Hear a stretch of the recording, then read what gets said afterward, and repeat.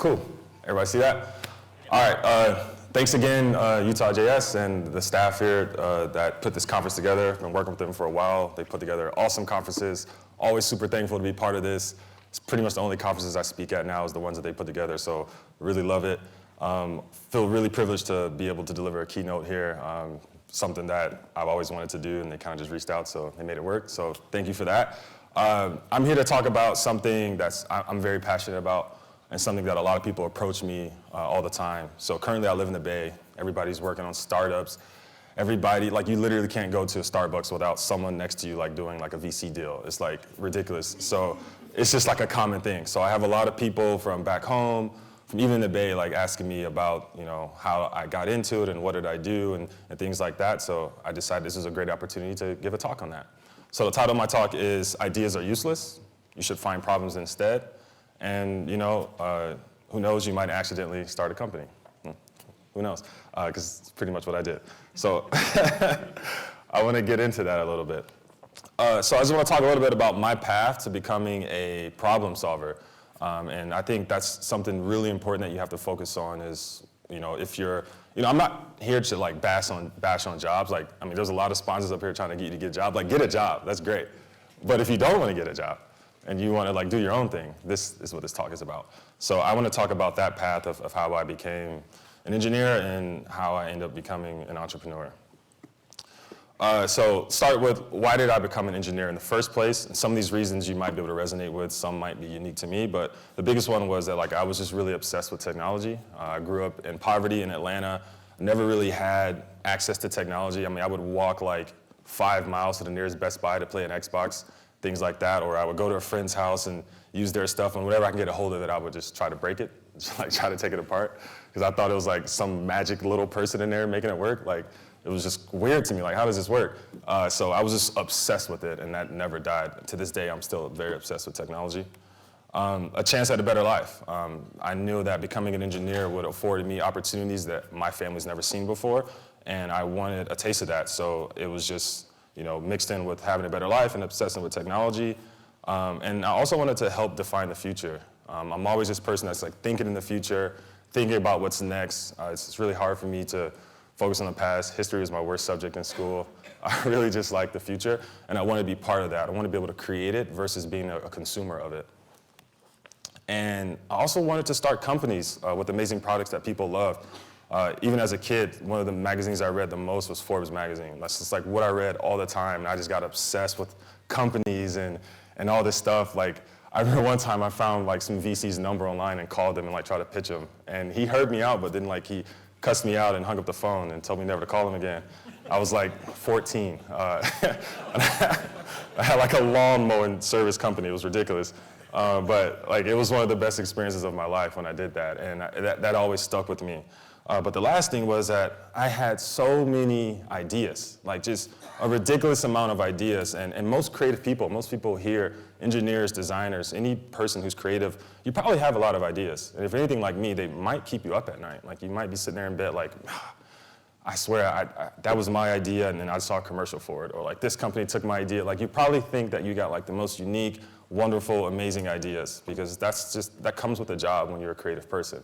And that was probably the biggest thing for me. Like I literally couldn't sleep at night because of the ideas that I had, and I wanted to make them a reality.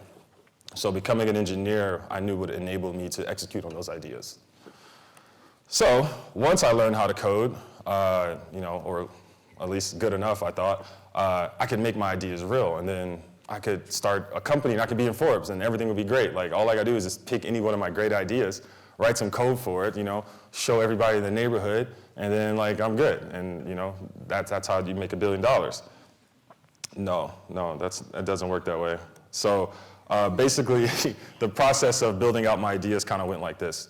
I would get inspired by like some type of TechCrunch article or a Hacker News post or some new app that I downloaded on my phone, like, oh, I kind of really like that design, or I really like the idea of it, but something's off about it. Just something would inspire me to think of an idea, and that's all I focused on. All I would focus on was the actual product, the actual finished thing that someone was going to use, and I obsessed about it.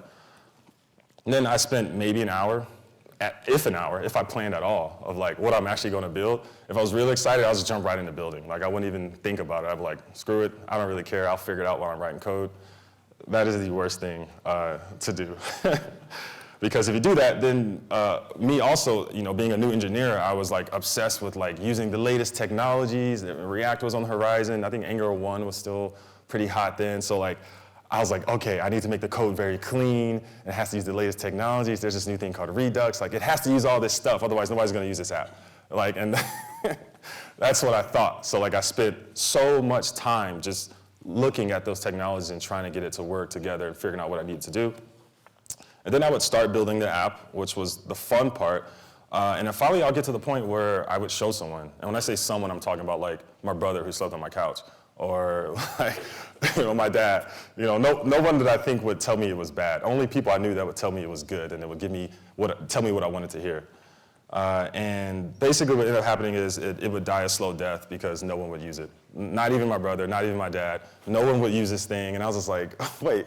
I thought it was a good idea, and like, I saw another company that kind of did the same thing, and they were like on TechCrunch. So like, what's wrong with my thing? It's basically the same thing, but with a better design. Like, what's up?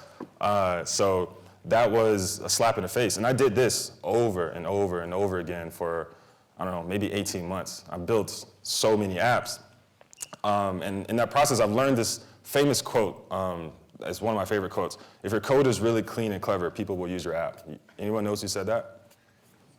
No one. No one said that. No one said that. That is never a thing. No one has ever said that. But that's what I thought. I was just like, why? Like, of course you would use it. My code is so clean. Like, did you see my Redux? Like, it's so nice. No one cared. And it really hurt because I thought that was the last hurdle for me. It was like becoming an engineer, and then I could make things. And to find out that there's something beyond that, it was just like, what did I do this for? Like, if there's something else, like, why did I work so hard to get here? But, there's always more to learn. So my ultimate goal was to have customers, but I could never get there. So I'm iterating on these ideas, I'm building these apps, I'm showing them to people in my circle, but my goal is to get customers so I can be the next Elon Musk. Like, that's my dream.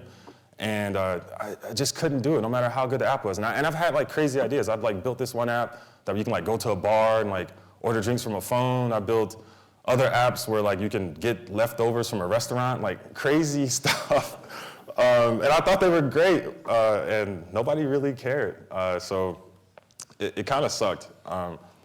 And what I learned why my ideas never really worked out is because, and here's a few reasons. One, I've never really finished them, right? And the reason I quote that is because, as engineers, an app is really never done. If they were, none of us would have jobs. Like, you just get a contract and you'll move on to somewhere else. You'll build something else, you'll move on to something else. But nothing's ever really finished. And I never finished them. I just always had another idea, another feature, another thing that I kept adding and kept going, something that I got obsessed with. And I never knew where to stop. So that was a problem. I had no idea who would use my app because I was only focusing on the idea. I didn't really know who would use it other than myself. I was just like, well, if I like it, everybody must like it. But it doesn't really work out that way. The apps were not actually useful at all for many reasons. So the people I did get to use it were just like, what is this supposed to do? Like, how is this making my life better? And why would I pay for it? I'm like, well, because it's dope. Like, and why would you not use it? Like, look how cool it is. It was not useful at all. And then eventually, I would just move on to a better idea because I thought this idea was dead. I was like, oh, this idea just sucks. It was just a bad idea. That's all it was. So I would my GitHub was just full of just tons of, there was like pages of apps I just built and walked away from, just throwaway code. And I did that for a long time, and I just thought it was the idea. Like, oh, the idea was just so bad. Like, I gotta find a better idea. And I was like, how do these people come up with this stuff? Like, where do they come up with these ideas? Like, are they just given in a dream or something like that? And I just didn't understand. So, although I didn't create a successful business, it wasn't really all bad because I did learn some things.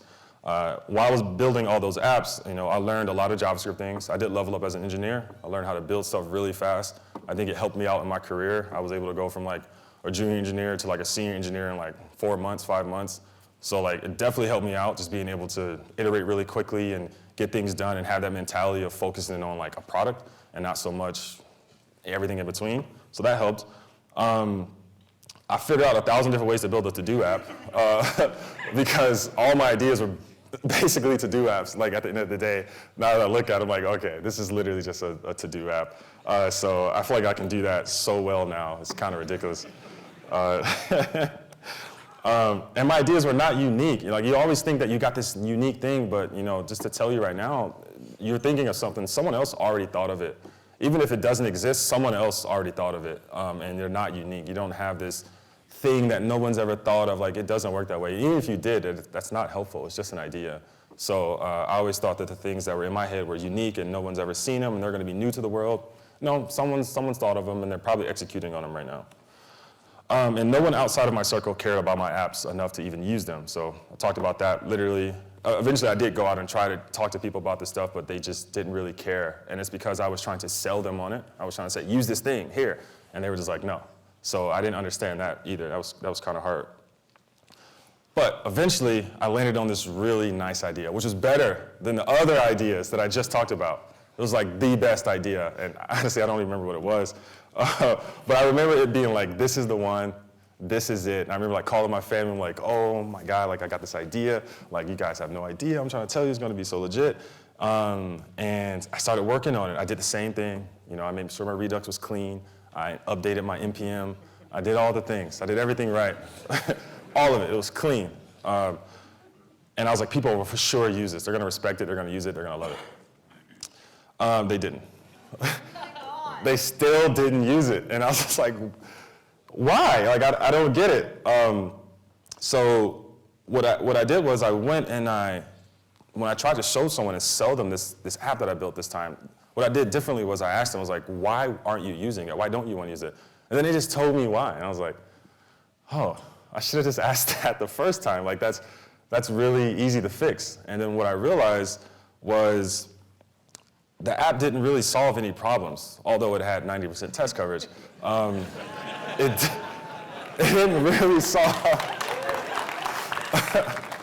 it didn't solve any problems, and they would just tell me that. They were like, yeah, the app looks cool, it's great, but I don't really know what it is that you want me to do with it. Like, I'm not even in that industry. I'm like, oh, okay, yeah, I guess you wouldn't know what to do with like a procurement software or something like that, okay?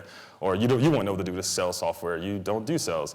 So I was like, oh yeah, I guess you do have to have a problem to actually want to use this app. I can't just show a fancy app to someone and force it down their throat and beg for money. Like, you actually have to have a problem. So it got me thinking like, oh wait, that's what I spend my money on. I spend all my money on problems. I mean, we all do, right? We have money because we spend them on problems. You pay rent or mortgage because you need somewhere to live because living on the street is dangerous. So that's a problem for you. You buy food because you're hungry. That's a problem for you. Like, we really spend money on problems. If you're affluent and maybe if you can afford, engineering salary, you might buy things you don't have problems for, like nice tech and stuff. But most of the necessities are based off problems, and that's what you spend money on. So it got me thinking, I'm like, why am I thinking about ideas? I should just be looking at problems. And I work with these huge companies that have all these problems internally. I should be looking at that. And that's when it just like clicked for me. So like I said, this got me thinking that I needed to look for problems. So I just want to bring up a little comparison between problems and ideas, because it might seem obvious, but to me at the time, it did not seem obvious. Like, I thought they were like the same thing, but they're really not. So ideas are solutions for a problem, right? And the problem comes first. An idea is a solution for that, not the other way around. Everyone has ideas, especially us creative people. We all have ideas, we all have dreams, we got things we want to see come to fruition. But finding problems for your ideas can be tough, if not impossible. Because if you just have an idea, and then you're gonna go out into the world and like, now I gotta find a problem that matches this idea, you're gonna be looking for a long time. For a very, very, very long time, depending on how far away you are from that problem to begin with. So it's a backwards approach. It's not something you really wanna do. Problems are needs and can have many different solutions.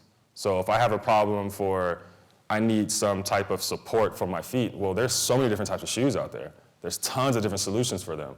Whereas if I were to just find an athletic shoe and try to find the people who had that problem, it might be a lot tougher if no one in my town plays sports. So like, it's a lot different. So you really want to focus on those problems, and that will enable you to have many different ideas. Just like ideas, everyone has problems too. In fact, people have more problems than they do ideas. So if you focus on that, you'd probably be a lot better off. And also, people with more money have more problems. So remember that, not just people, but companies. Bigger companies have bigger problems. Something to think about. And it's much simpler to match ideas with known problems, like I said. So if I have the problem, being the creative person that we are, the creative people that we are, we can come up with ideas to match those problems that we found. Like you might find one problem and be like, I got like 30 different ways I can solve that with this React and Redux. Like there's so many ways I can do it. Versus the other way around, like I built this, there's not many problems that like match with this idea. So you gotta really think about those problems. So if you think about your position right now, you work for a company, you're getting paid, you don't get paid to write code right now. I know it feels that way, but you actually get paid to solve problems, right? You're solving problems, unless you're working at like some really bad organization. I feel really bad for you, but you're probably getting paid to solve problems. Some time ago, the founders of your company that you work at found a problem, and they iterated on it, and then they built a small version of it, and then now they scaled it out to the point they needed to hire someone smarter than them, which is you, and then now you do it, right? You're solving a problem of their customers. That's what you're doing. You're already doing it. The only thing is you didn't find the problem. So therefore, you don't make as much money as the co-founders because they found the problem. That's the only difference. They found the problem and you didn't, but you're already solving it. So something to think about. So this gets me into problem hunting. How do you find these problems to solve? Well, this is kind of like my process. So if you work, you can look internally. If you work at a big company, they have a lot of money, they're gonna be buying a lot of things, they're gonna have a lot of employees, they're probably gonna have a lot of internal problems. You should look there. A lot of successful startups and ideas come from internal companies like Gmail from Google and stuff like that. These huge companies that have all this friction, these engineers and creative people kind of just look at those problems and break out and start their own thing because they're just like, this is such a huge problem at Google, it must be the same thing at Microsoft, so I'm gonna start a new company. Hacks that you or others have to create. So if you find yourself writing this script to do this thing a lot, or there's this workaround to get around this thing, that's a hack. And it's probably because there's a problem, and that problem exists because there's no solution for it. So if you find yourself doing that a lot, and you find other people doing that a lot, that's a potential for a really good problem to solve. So look at that, and that can be anywhere. That can be from some SaaS product you use to some open source that you have. Like finding those hacks are really good like sources of problems. You should follow that trail. Friction around adopting new technologies. So for instance, serverless comes out. Okay, well serverless is another server type of technology. It needs logging. It needs everything else that every other server technology has ever had before it. So that's gonna open up a whole new can of worms of problems. Whenever new technology comes out and it gets adopted, there's new problems. So you can explore those areas and get on board. I always say this, if you go on AWS, you click on the dropdown, you pick one, maybe two things on the dropdown, build a GUI over it, that's a startup. Like literally, that's a startup. Like there's so much stuff on AWS, and the GUI is so bad that like you could just build a startup around it. So remember I told you that. If there's something you know very well, like for instance, I like basketball, I love basketball. If I find that there's problems a lot to do with basketball and I think I'm an expert at basketball, I might see problems in that area. And because I'm an expert, I can see what other people can't see who are on the outside. So if you're very familiar with something, a hobby, something you do frequently outside of work, this might be another place to look for problems. And then also just think about yourself. What are the worst parts of your day? Like what do you hate doing? What do you wish would be better? What do you don't want to do today? There might be other people similar to you that have that worst part of the day just like you. So you should look at yourself too, because that's usually the best place to start because it's the easiest. Like what sucks in my life right now? Okay, I'm gonna fix that and start from there. Also, so when you figure out that problem, the next thing you want to do is you want to talk to the people you think are having the problem. Because most of the time, you found a problem, and you're like, all right, this person has it, and you just start building something, and then you go show them, and it turns out they never had it in the first place. You can avoid all of that if you just go talk to them and be like, are you having this problem? Like, what's going on with your day? And they'll tell you. Like, people who have problems are looking for solutions, and someone's querying them about it, they're going to be open, and they will tell you. So ask those people that you think are having that problem, if they are, to confirm before you write a line of code to save yourself some time. And then once you've confirmed that, use your creativity, use that superpower that you have, the engineering capability to actually build out some type of list of ideas, right? That's the easy part. We can come up with ideas all day. So now that you know what the problem is, like as you're talking to this person, you're probably already thinking like how you could solve it. You're like, oh man, it's so easy. Oh my God, that's literally a starter repo. Like that's easy. Like you could just make all that happen in your head. And that's kind of like what I've been doing. And once you have that, then you're gonna take one of those ideas and you're gonna just build a quick version of it. The quickest version of it that you can make. You should be embarrassed about it. It should make you feel bad. It should probably be cringeworthy. Just build it, because you're only just trying to prove that this idea, this solution that you created for this problem, for this person, is actually valuable. It's not something meant to be sold. It's something meant to be validated or invalidated. So you want to build it as quick as you can. And that's the whole purpose of this step right here. And then once you build it, go back to those people that you verified have the problem, like, look, here, try this thing. Why would they not try it? They have this problem. Of course they're going to try it. And if they really, depending on how bad they have this problem, they're going to give you really good feedback or not so good feedback. And when I say good feedback, I mean detailed, not like positive feedback. No, negative feedback is good too. It's just that it's very detailed and they're very open about it. Hopefully they give you that. If they don't, then they probably didn't have the problem to begin with in the first place and they don't care enough. And you just need to find someone else or maybe find another problem. And then repeat. Literally do that over and over and over and over again. Depending on what you're doing, you can get to a point where you're like, I know exactly what I'm doing, who I'm talking to, what the problem is. You can do that in like a week. Some people take 18 months. I know some people that like started a company and they didn't write a line of code until they talked to 300 people. That was like, and they were all engineers. Like, we're not gonna write a line of code until we talk to 300 people, and they did it in like 4 weeks, and then they knew what the hell they were doing. So repeat that. And yeah, that's all you have to really do to start a billion-dollar company. Not quite. So that's just to build a product to solve a problem. There's still things about, figuring out the market size, if the problem is big enough, how much money you can make, the competitors, like there's still so much that goes into it. But this is the part that I think as engineers that messes us up, because as creative people, we just have so many ideas and we never get to execute on them because we focus on those and not the problems. So there's still the other side of stuff that you have to figure out. But I think for us, like I said, this is the hardest part, or at least for me it was. Like, you got the superpower to do whatever you want, but you don't know what to do or how to do it. Something's wrong. So yeah, there's a lot more work involved, and I'm still learning a lot of that stuff every single day. So here's some of my tips. Find problems you are passionate about or relate to. So it's cool to go try to solve some problem that has nothing to do with you, that you've never heard before and you don't really care about. That's cool.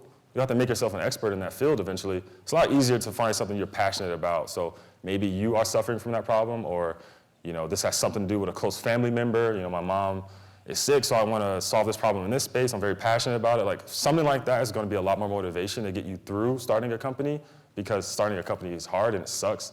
And if you don't have the motivation to get through it, you're probably going to fail. So that passion is going to be a lot of fuel for you.